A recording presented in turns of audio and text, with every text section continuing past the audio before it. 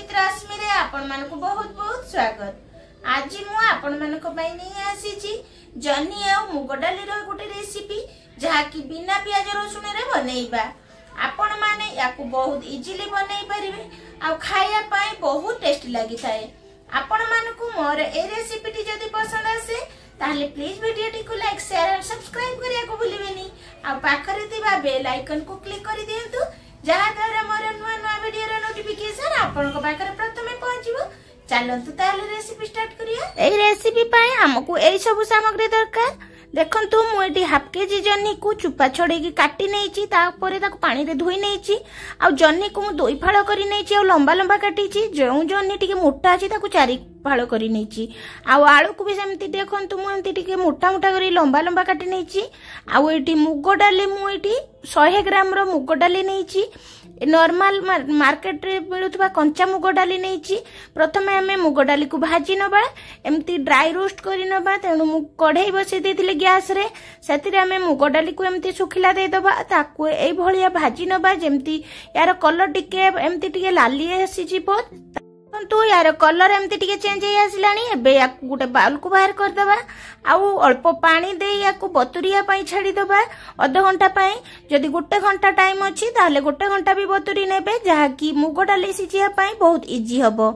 एबे हमें या को कवर करिकि छाडी दबा गुटे घंटा तापरे देखंतु गुटे मसला प्रस्तुत करिवि काहे कि ना हमें बिना प्याज रसुन रे बनाउचे तेनु सेम कढ़ाई रे दुईटी देखंतु एटी दालचीनी देइची 6-7 टी गुलमरीच देइची गोटे चामच धनिया देइची गोटे चामच पान महुरी देइची गोटे चामच जीरा देइची। एई सब को हमें लो फ्लेम रे भाजी नबा जेमती यार कलर हल्का टिके चेंज आसीबो किंतु बेसी भाजीबा दरकार नाही काहे कि ना हमें बिना प्याज रसुन रे रेसिपी को बनाउचे तेनु हमर मेन मसला एई मसलाटा ही यूज हबो। बे हे गलानी केवल 2 मिनिट भाजिला परे हमें याकू ठंडा करि नै दिले आ गुटे ग्राइंडिंग जार रे देई भल भाव रे गुंड करि नबा। मु याकू गुटे बाउल को बाहर करि नउची सेम कढ़ाई रे देखंतु मु 2 चामच तेल देई दोउची। तेल हल्का गरम हे गले हमें सेतिरे देई दबा हाफ चामच पंच फुटण को फुटिया पई छाडी दबा। एबे एतिरे दुईटी सुखिला लंका दबा आउ एटी गोटे इंच अदा को छेची की रखितिली ताकू देई दबा। अदा छेचा देला परे आमे केवल याकू गोटे मिनिट पई याकू कसी नबा अदा को बेसी लाली होबा पर्यंत कसीबा दरकार नाही। देखंतु एबे अदा हे गलानी एबे एथिरे आमे कटा आलू को देई दबा। आलू देई आलू को भल भाव रे टिके एपट सेपट करके गुळेई नबा।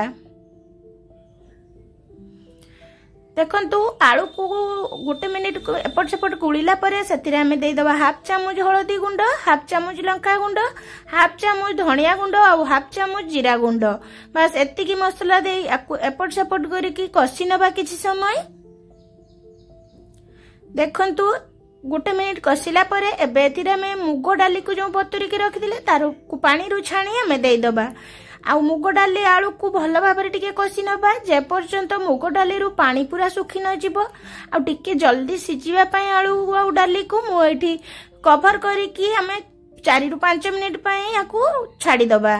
4-5 मिनिट परे एटी देखंतु एटी मुग डाली रु पूरा पानी सुखी गलानी आ एटी आलू टिके हल्का सॉफ्ट हे आसीची। याकू हमें एमती गुळेई नेले एबे थिरे कटा जन्नी को देई दबा। जन्नी तो बहुत जल्दी सिझी जाई थाए जन्नी सहित ए मसला को माने आलू आउ डाली को भल भाव रे टी गुळेई नेउची।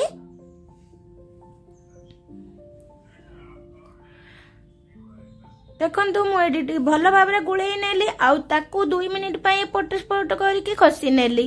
जन्नी टिके हल्का सॉफ्ट हे गला परे सेतिरे हमें पानी ऐड करिबा। पानी एटी मु गोटे ग्लास देइची माने गोटे बड़ ग्लास देइची पानी अधिक देबेनी काहे कि ना एठी हमको ए तरकारी ग्रेवी करिया नै घांटो बलिया टिके जुगजुगा माने लटपटा करियार अछि तेनु अधिक पानी देबेनी आउ याकू गुळेई नै कवर करिकि हमें प्रथमे 6 रु 7 मिनिट पर्यंत कुक होबा पई छाडी दबा।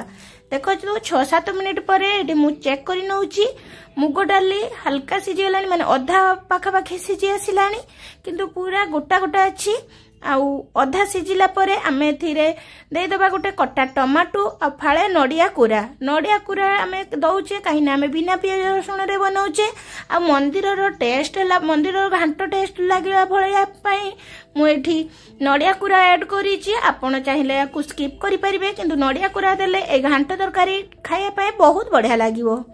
नडिया कुरा सहित आ टमाटो सहित तरकारी को ए भलिया टिके गुळै नबा। आउ देखंतु मु लूण दवा पई मसला देलाले भूली जाइतिली मु एठी स्वाद अनुसार लूण दउची। आपण माने जतले लंका हळदी गुंड देइथिले मसला देइथिले सेही समय लूण देइ परिबे। मु टिके टिके लेट रे देइची लूण देला परे एपट सेपट रे गुळै नबा आउ कवर करिकि आउ 4-5 मिनिट कुक होबा पई छाडी दबा। देखंतु 4-5 मिनिट पर एटी मोस्टली तरकारी सिझी आसलानी। देखंतु एबे एथिरे हमें देई दबा 2टी कंचा लंका को चिरा लगे कि केवल बढ़िया फ्लेवर आसीबो। आपण जदि राग खाया पई पसंद करनांती ताहले लंका टिके कम करिके ऐड करिवे। लंका देला परे आउ 2-3 मिनिट याकू ए भलिया ताकू कसिया पई छाड़ देली। 2-3 मिनिट कोगला परे एबे तरकारी मोस्टली हे आसलानी। लास्ट रे हमें देई दबा जो मसला हमें प्रस्तुत करथिले सेही मसला रु मु एठी 1.5 चामच देइची। आ बळका मोर मसला टिके अछि ताकू मु आउ जे कोनोसी तरकारी रे व्यवहार करबी। आपण माने जे कोनोसी बिना पियाज रसुण रे तरकारी बनाउचंदी सेहिथिरे ऐड करि परिबे। आ लास्ट रे हमें देई दबा एठी कट्टा धनिया पत्र आउ याकू एपट सेपट करके टिके गुळै नबा। एबे देखंतु ए तरकारी माने घांट तरकारी पूरा रेडी हे गलानी खाइया पई। देखिया पई केते बढ़िया हेची देखंतु आ खाइया पई बहुत टेस्टी लागि थाए। पूरा देखंतु पूरा लटपटा हेची बेसी ग्रेवी नाही कि बेसी सुखा सुखा नाही बस एतिकी रखिबे काहे कि ना आगो को माने मुग डाली आहुरी सुक करी नबो। तेनु ए तरकारी किछि समय बसी गला परे आहुरी ड्राई हे जाय थाए। तेनु सही अनुसार आपण माने पानी ऐड करिवे। देखंतु एबे रेडी हे गला हमर ए जन्ही आलू मुग डाली रो ए घांटटी। आपण माने भी एमिति कार्तिक मास रे याकू बनै कि खाइ परिबे। बिना पियाज रसुण रे हमें बनै कि देखैचे खाया पाई बहुत टेस्टी लगी थाए। आ बनैबा बहुत सहज बहुत कम तेल मसला देकी आमे याकू बनैचे। आपण माने याकू थोरे निश्चित ट्राई करंतु। आ केमिति लागिला प्लीज कमेंट सेक्शन रे जणिया पाई बिल्कुल भी भूलिबेनी। आशा करूची आपण मानकु मोर ए रेसिपीटी बहुत पसंद आसीथिबो। रहुची नमस्कार। देखा हबो आ गोटे नुआ वीडियो रे।